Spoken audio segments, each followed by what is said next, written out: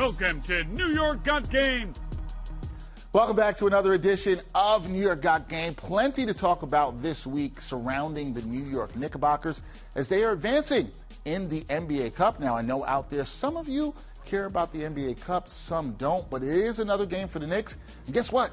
They get to play one of the most hated villains among Knicks fans. Trae Young will be coming into the building on Wednesday night as the Knicks play the Hawks in the NBA Cup quarterfinals. We're going to talk about that matchup. We're going to talk about the Knickerbockers overall as they head into this week. They just wrapped up a 4-game homestand. We've got 2 good guests for you on the show, so let's get right into it. All right, the New York Knicks are coming off a rough loss on Saturday where they closed out their 4-game homestand with a loss to the Pistons. Now this week, the team's going to head north to the 6. They're going to battle the Raptors before returning home to play the Hawks in the NBA Cup quarterfinals. And on this week's episode, we're going to talk about the NBA Cup matchup and if the Knickerbockers can win the in-season tournament this year. Joining me to talk about it is the great NBA sports content creator and host of Combos Court, my guy, Andrew Salop. Andrew, what's going on, man? All is well, Dexter. Thanks for having me back on studio. And before we start, yes, I got to give you your credit. What for what? What did I do now? The Liberty, man. You've been telling me for a long time the Liberty were going to win it all, and they brought it home. We had the parade. How you feel? How are you feeling about that? Well, I was at the parade. Okay. It was fun. It was fun covering them all year. I thought the Liberty were going to be strong. I did predict them to win this year. You did. I was right. I know some things sometimes. Sometimes I get some of this stuff right. But what about you? Are you now on the Liberty bandwagon? I am. I jumped on. Jumped on. Because of you, Dexter. I didn't believe it. I thought the Aces would do it again. You did. I like Minnesota's defense too, but Liberty did it, man. I'm happy. I'm here in New York, so I'm happy about it. Basketball is good in New York. New York's got game. New York's got game. New York does have game. It's good in New York. We're going to talk about the Knicks. And I got to ask you this first, Andrew. Mm-hmm. So this is year 2 of the NBA Cup. What do you make of the association's in-season tournament? Do you like it? Or are you a hater like some people I hear that's like, nah, I don't like this? What's your vibes with it? European soccer vibes, and I love it. I think it brings some value to the regular season. $500,000 for the winner. I would say this, I would rebrand it as the $1 million NBA Cup. Ooh. And give each player $1 million. I think that would bring in some more attention, but I love it overall. Yeah, I like it too, and I like what you said. I think I'm a fan of European soccer, big Liverpool fan. So I like it. People say it's different. What is it? What are they playing for? It's nice to play for something else sometimes too, right? Yeah, it adds some spice to the regular season. And we talked about this before we went on air. People don't like change, man. But I think now that we're seeing, I think there's more people. You mentioned bandwagon. I think there's more people on the NBA Cup bandwagon. All right, there we go. Getting some more people on the NBA Cup bandwagon. We got Andrew on to the Liberty bandwagon, so that's good. Now, in this year's NBA Cup, right, because it's the second year of it, the Knicks, they swept Group play. They won Group A. Now they're in the quarters. They're going to host the Atlanta Hawks on Wednesday. What do you make of this matchup against this Hawks team that's been playing pretty well heading into this game with the Knicks? Do you see the Knicks advancing to the semifinals in Vegas and having a shot at that $500,000 for each player? I actually see them winning it all. And we all know Trae Young is Reggie Miller 2.0. Last time the Knicks visited Atlanta, Trae Young told the Knicks fans to hit the exit. Young Zach had 33 on them.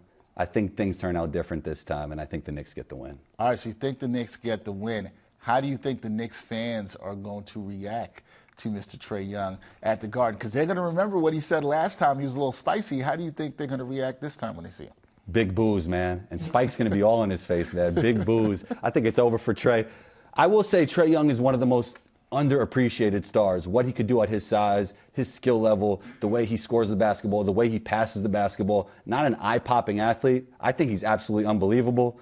But at the end of the day, Knicks will get it done, and they'll advance. All right, so you're going with the Knicks getting done, but then that brings me to what you just said there. You said you think the Knicks can win it all. So when you look at the 8 teams that are left in this NBA Cup, why, two-part question here, why do you think the Knicks can win it all? And if they win the NBA Cup, what do you think it could do for them the rest of this regular season as they go forward? With single elimination games, it doesn't matter if Tibbs is going to play his best players. They're used to that. He's going to play them 47 minutes over a course of a series that could hurt you. But in single game elimination, I think that's going to really help the Knicks. They're used to it. And I think Jalen Brunson and Cat are just a dynamic duo, and they'll get it done. Yeah, I think they're a strong force in this there. Some people, the detractors of the NBA Cup, they're going to say, Yeah, but it's not the NBA title, right? And I think Andrew, they're not going to be, Knicks fans are not going to be parading down 7th Avenue or 8th Avenue if they win the NBA Cup. But it matters, right? Like, it matters to win something else, and it can help a team, as you said, playing single elimination games. There's some value in that, right? $500K matters. Jalen Brunson said he'd give it to the team. Josh Hart said he'd buy the AP. It matters, Dexter. And also, last championship, that game was the highest ratings of any game outside of an NBA championship or NBA Christmas out of the last 6 years. So I think there's definitely value in the NBA Cup and the championship game. Yeah, you're right. People were watching it, and it does matter. And yes, the $500,000 for each player, even the players that have a lot of money that have secured the bag, it matters. But for the players who haven't secured their bag yet, it really matters. What would you buy if you had the $500,000? What do you get? Maybe an X6 and have some money left over. Not bad. Yeah, not bad. I'll get an I like X6. that. I thought you were going to get an AP. I thought you might get an AP too. Nah. Not a watch guy? I am a watch guy, but maybe, okay, I could get an X6 and a Rollie. Still with plenty money left over. You have a little bit left over? Do something else? Yeah, what would you do? Damn, that's a good question. I hadn't thought about that. Probably put it towards a down payment on a new home. I was thinking that. I promise I was thinking that.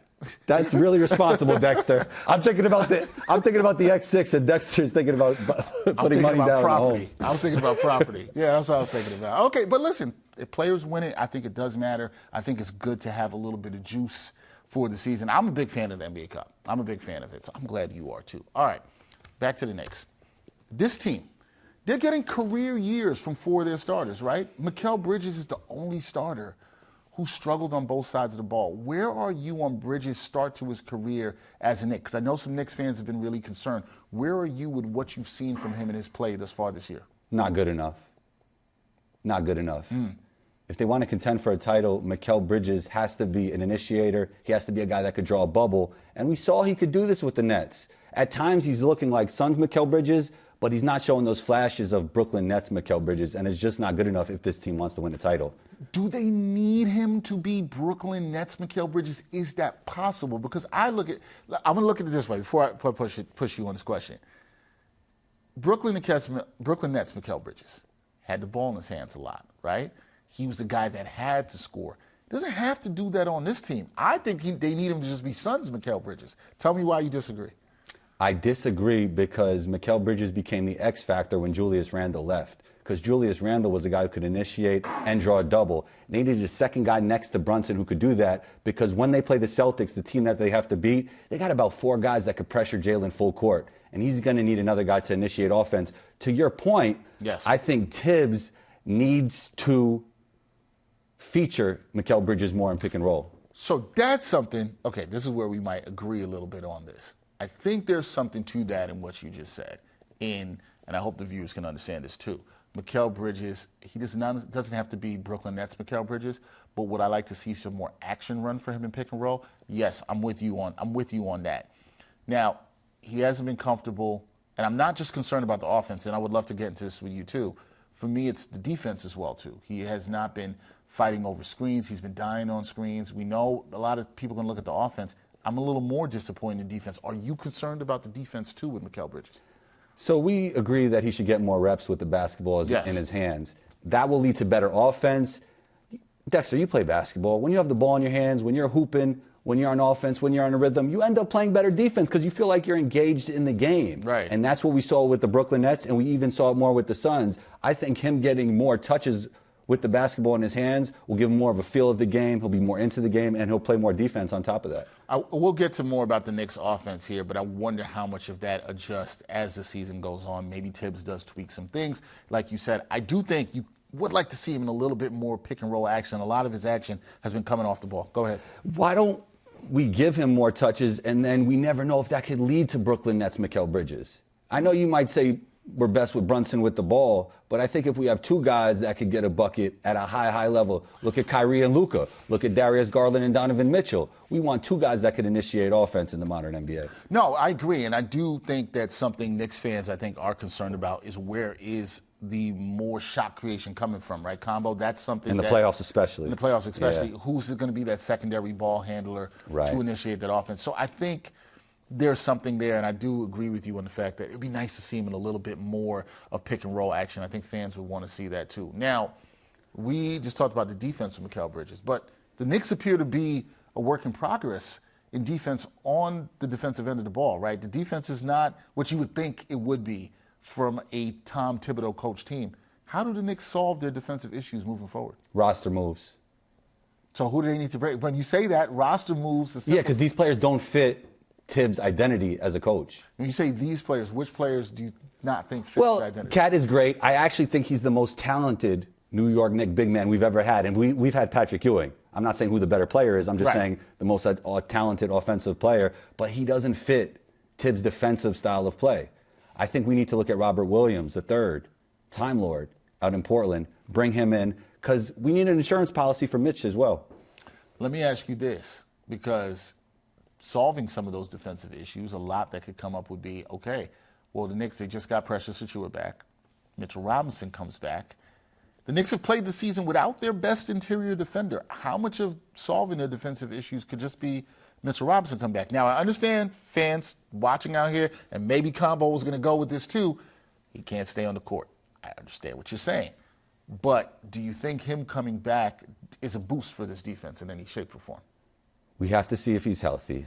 With Precious, I love the way he's been playing with the Knicks. It's been better than it was with Toronto. It's been better than what it was with the Heat.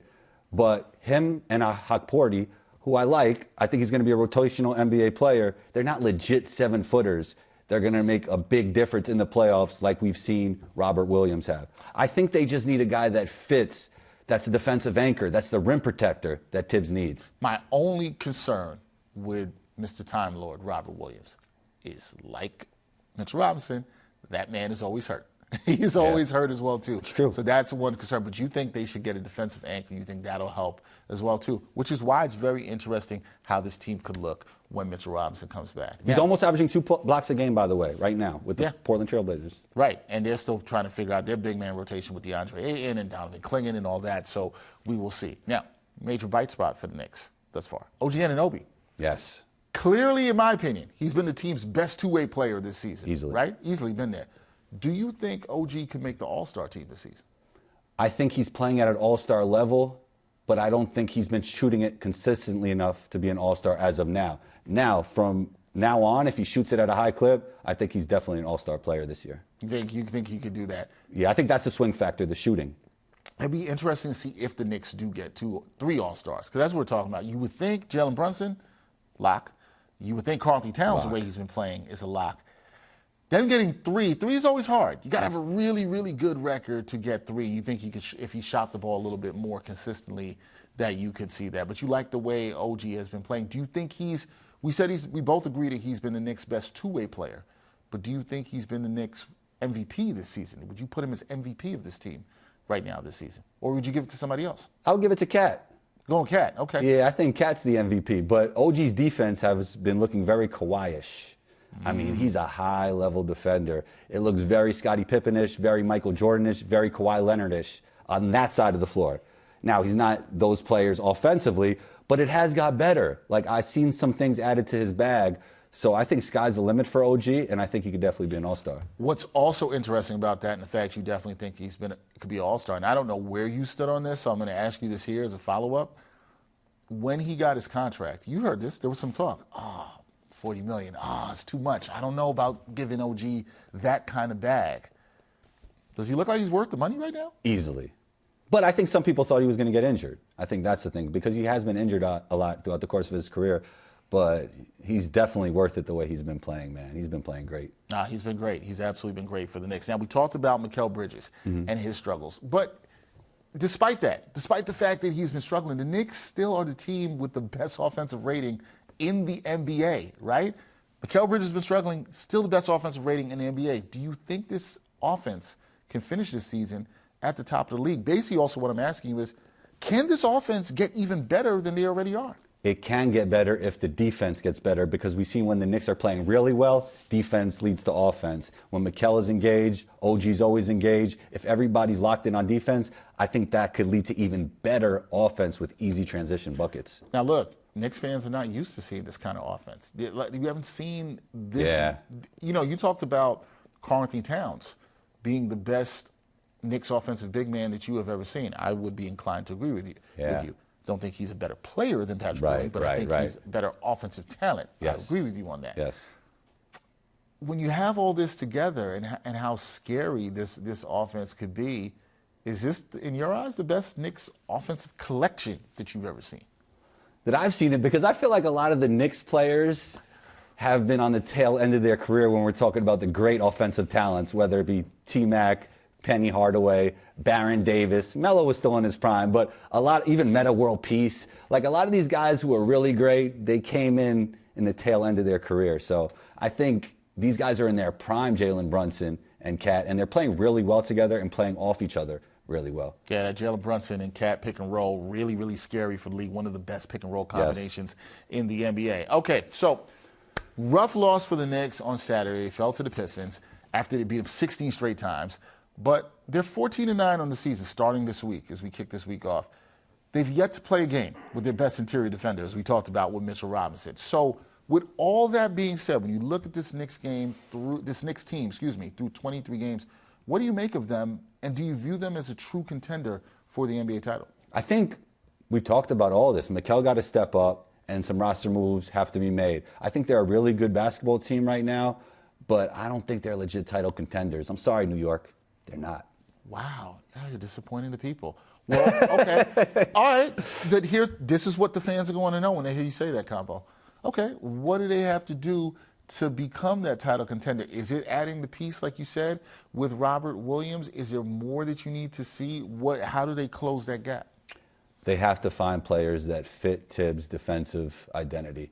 And I think it's definitely Robert Williams. And I would also look at Lonnie Walker, who's playing overseas right now, who does have a buyout. He brings energy on both sides of the court. He's played in New York before, and I think Tibbs would love him, and I think he could really help this team. I actually like that Lonnie Walker mentioned there. People forgot he got cut with the Celtics, was not picked up, now is playing overseas. The Knicks could probably use another wing as well, too. Is that an addition you'd like to see them make? Definitely. I mean, we see Mikal's not even playing great right now. Like another guy that maybe could push Mikal forward, right, with, that type of competition. I mean, Lonnie Walker is a competitor. I think he's an underrated player, and I think he could really help this team. All right, there you go. Interesting stuff.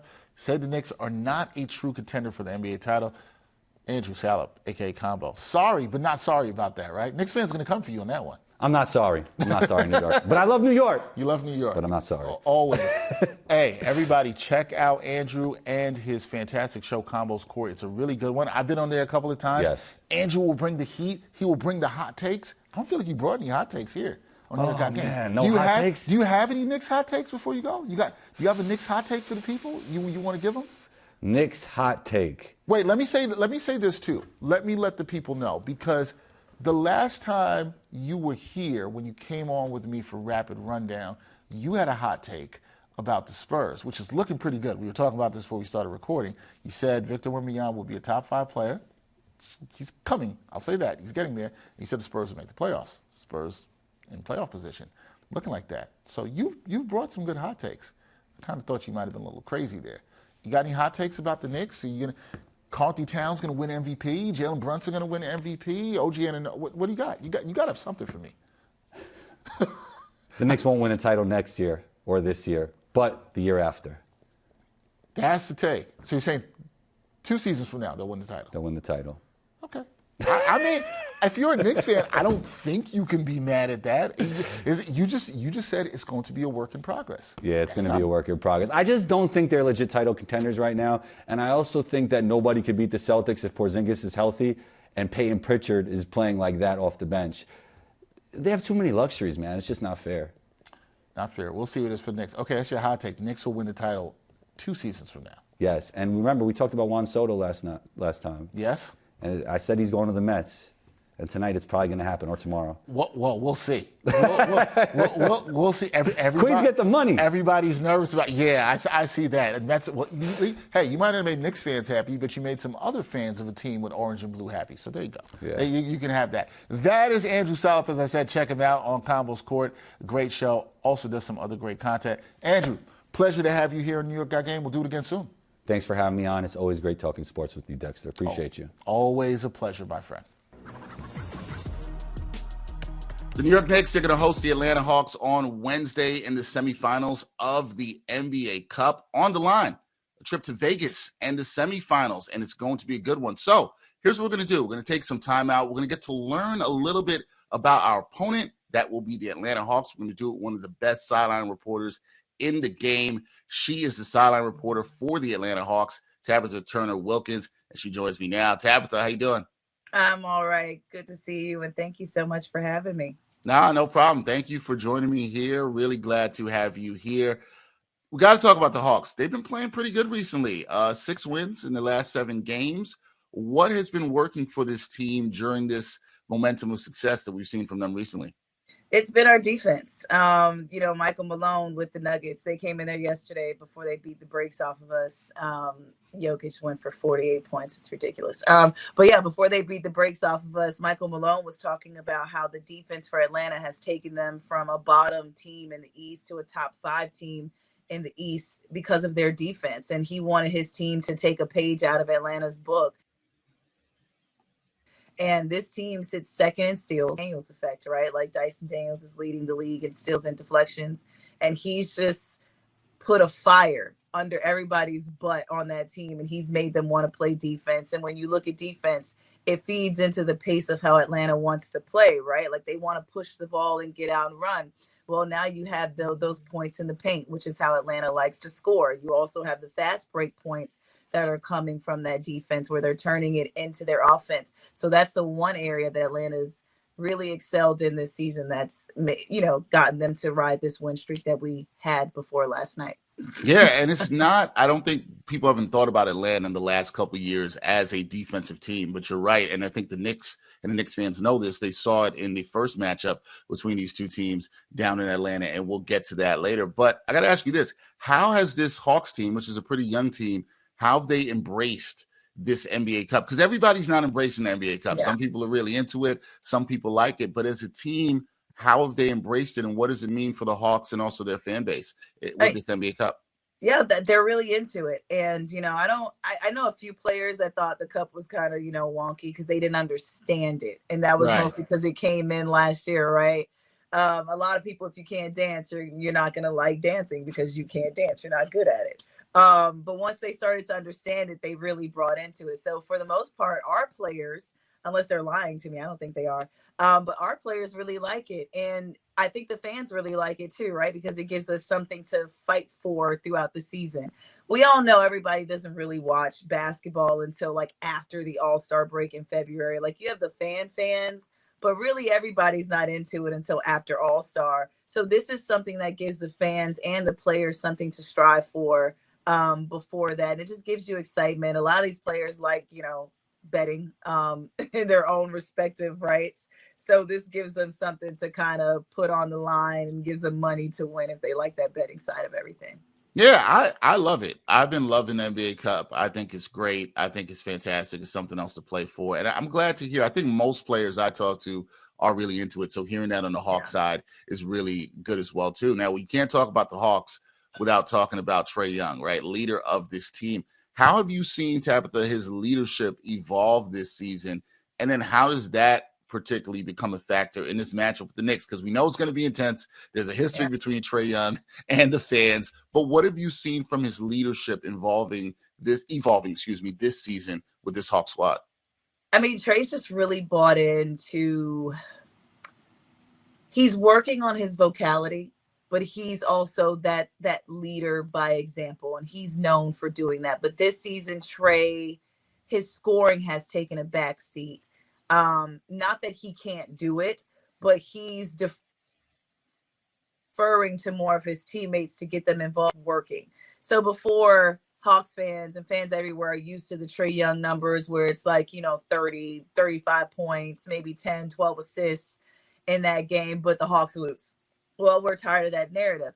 Now the narrative this season, and especially during that 6-game win streak, was sometimes Trae had 30 and 20, 2 games ago. And then the game before that, I think he had 12 points and, maybe 14 assists. But the thing is, you see his assists going up. He has 2 20-plus assist games this season, tied his career high at 21 just a week or so ago. So he's looking to get more of his teammates involved.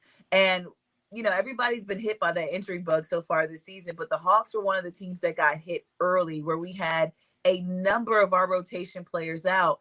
But what did that do? We turned limes into lemons, or lemons into lemonade. Right. And you had some players who basically didn't get as much playing time, who stepped up and became playmakers. So now when Trae Young is back in the lineup, and we have Bogey back in the lineup, and DeAndre Hunter comes back in the lineup, you have a Dyson Daniels who can now shoot 3-point shots and is comfortable getting to the rim. He's not just defense. You have a Jalen Johnson who's been deferred to more as a playmaker, and he is in the running for not sixth man of the year, but most improved this season. So it's a lot of people who have gotten the opportunity to get comfortable handling the rock, so that Trae Young, when he gets blitzed and double and sometimes triple teamed, they know what to do and handle the rock when he can't be involved. So he's deferring more to his teammates, and it's working.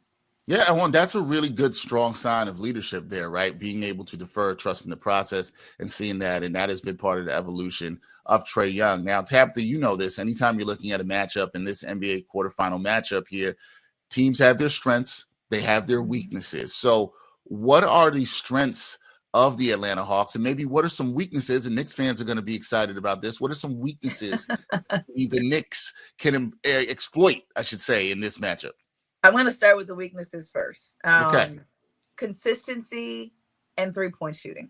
And those kind of go hand in hand. So the one thing Quinn Snyder is trying to do with this team is to be able to get them to buy into working and being focused the same way every game, win or lose. And I ran this story last night, but it was like, if you're winning, understand why you're winning, right? Like, understand that it's the habits, the little things, the shifting, the spacing that you're doing that's keeping you guys connected, that's allowing you to win. Understand that that's the reason why. And if you're losing, understand how to get back into those winning habits. And so for this team, he's been pressing upon them defense and consistency with defense. And it goes back to what I said before, turning your defense into offense. So steals per game, Atlanta, I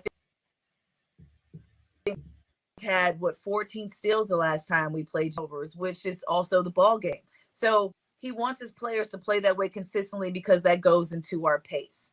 It also goes into our 3-point shooting. And the reason why I say that is because that's the number of times we get to touch the ball, right? If we're not turning the ball over, if we're consistent on our defense, we're getting all those touches and we're giving ourselves a chance to score the rock. And so 3-point shooting in this league, it has to be done. Steph Curry changed the game a few years back, and now threes are worth more than twos. We all know that, and everybody's shooting the rock from freaking half court. So during the stretch, our offense has been flowing. We've had 3-point shooters back in the game. Bogey has come back from injury. DeAndre Hunter has been leading scoring off the bench night in and night out. And so our 3-point shooting has gotten better. Now, when it comes to the good stuff that Atlanta does, it's going to be the points in the paint. And when it comes to the points in the paint, that goes into our transition, that goes into our fast break, that goes into our pace and the way that we just want to play. It's literally being aggressive, getting to the rim, and getting 2 feet into the paint. So those are areas that Atlanta excels in. If we can knock down a good amount of our 3-point shots, I think we can win this game. But at the same time, we've got to limit New York's 3-point shooting, because you guys can really light it up too. And I say you guys because you live in New York. New York can light it up. The thing here has been, will they take a high amount of volume of threes? That's been an interesting topic of conversation with the Knicks, right? They can. The Knicks offense is really good, number 1 in the league. They've been doing a tremendous job. The concern, I think, for Knicks fans, you know this from the first game, Tabitha, was, okay, are they going to get dominated inside? Because the Hawks killed them on the glass in that game. And that was really, really interesting in that one. So I got to ask you this too. Beyond Trae Young, because everybody's going to key in on Trae Young. Beyond him, who's the X factor in this matchup for the Hawks? Is it one guy? Is it a couple of guys that you think could make the difference as the X factor in this NBA Cup quarterfinal matchup? And that's the beauty of it, right, Dex? Is it goes back to what I was talking about with that injury bug, because it was that next man up mentality. We had a number of players who stepped in and stepped up and showed what they can do, because it's the NBA, right? Everybody's good on this level. It's just a matter of, do you get that opportunity? So let's start with Jalen Johnson. Ever since last year, we just talked about him being possibly most improved. Jalen Johnson is legit averaging a near triple-double night in and night out when he plays. And he's become a facilitator for this Atlanta team. So when Trae Young is getting doubled, Jalen Johnson and Dyson Daniels have both been bringing the ball up in transition for the Hawks. Another player is our rookie, Zachary Risachet. He had 33 points the last time that we played you guys in Atlanta, and he was a big difference maker.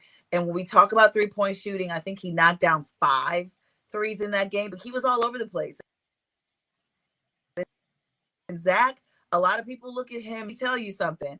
The other night when Zach went against LeBron James and LeBron did that signature, I'm going to back you down in the post move, he went square into the chest of Zach, and Zach did not budge. I think it even surprised LeBron that Zach did move, and he held his own. So if Zach can show up, that'll be really good for Atlanta as well. Clint Capella is going to do what Clint does. He's going to rebound that basketball. It helps when he can score, but we really need him on the boards, especially with the offensive rebounds and defensive ones, actually. And then Dyson Daniels. Dyson didn't really score a lot when we met you guys last time, but he did have 4 steals. It was one of those games where he had like 4 steals in each game for like 6 straight games or something like that. Dyson, but the thing is, he didn't score as much, but he really frustrated Brunson. And that's where the difference in the game was, especially down the stretch, because Karl-Anthony Towns did what he did, but Brunson was limited to 21 points. And that's crazy that you can say somebody's limited to 21 Unlimited, points. Right. But he was, and he got frustrated throughout that game. And it was because Dyson Daniels' defense turned them over. And I think Atlanta had like 14 steals in that game as a whole. So those are players. And then off the bench, I said it before, DeAndre Hunter and Bogdan Bogdanovic. Those 2 players off the bench, their 3-point shooting is so key for Atlanta. And DeAndre Hunter's defense, he's also a 2-way player. After Dyson Daniels, he's our next defensive player, best defensive player. His 3-point shooting, his aggressiveness at the rim, and his defense are going to be huge. So I named pretty much the whole team, but that's what. Well, hey, that's a testament to how good the team is playing right now, right? And I think that the Hawks have absolutely been a pleasant surprise for Atlanta fans, and then also people around the NBA and the league, and how well they've been playing. Like I said, 6 out of 7, a lot of players contributing to the winning for the Hawks. I want to get back to Trae Young as we wrap up here and have a couple more questions. Tabitha Turner-Wilkins joining us here on New York Got Game. Now, Trae Young comes a lot with him, especially when he comes to New York. He can be public enemy number 1. He can be the biggest villain to walk in Madison Square Garden. Tabitha, you saw his comments the last time these 2 teams played. He basically told the Knicks fans they need to get up out of there down in the ATL and go home. How do you think Trae Young and everything that comes with him being around MSG, how does that factor into the Hawks' motivation to win this game? We know these guys want to win the NBA Cup, but it does add a little bit of extra juice to this. How do you think that gets this Atlanta team up and ready, wanting to have Trae Young's back against the MSG faithful? That's something interesting that you put it that way, them having Trae Young's back, because they've had his back and they've had each other's backs a lot lately, right? Like, I think it was to get into it the other night, and the whole team was right over there. It was like, we don't care if you LeBron, we gonna stick up for each other.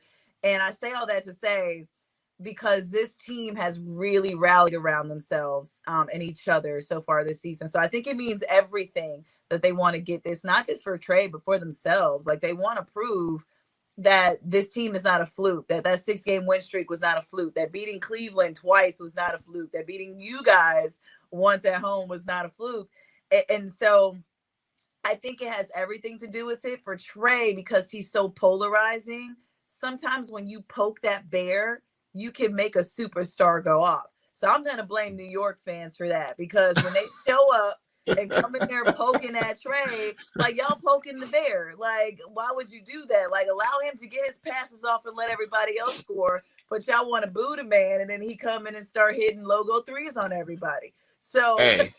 It's really up to the fans if that's what they want. But it goes back to that 2021 Eastern Conference playoff, or the first round of the East, where Trae sent New York home in 5 games, and they have not liked him since then. So it was hilarious to hear him get on the mic after the win in Atlanta and tell all the New York fans, which outnumbered the Atlanta fans, to take their ASS back home. It was hilarious. Oh, I find it all hilarious, right? And you're right, Tabitha. All the Knicks fans, they're going to be booing before he takes the court. Yep. There's going to be, I'm not going to say the chant on here, but you know what the chant is going to be that they're going to be saying to Trae Young to get out of here. I just feel like there's going to be even more vitriol because of, as you said, the history in 2021, because of the recent comments, Atlanta just getting that win.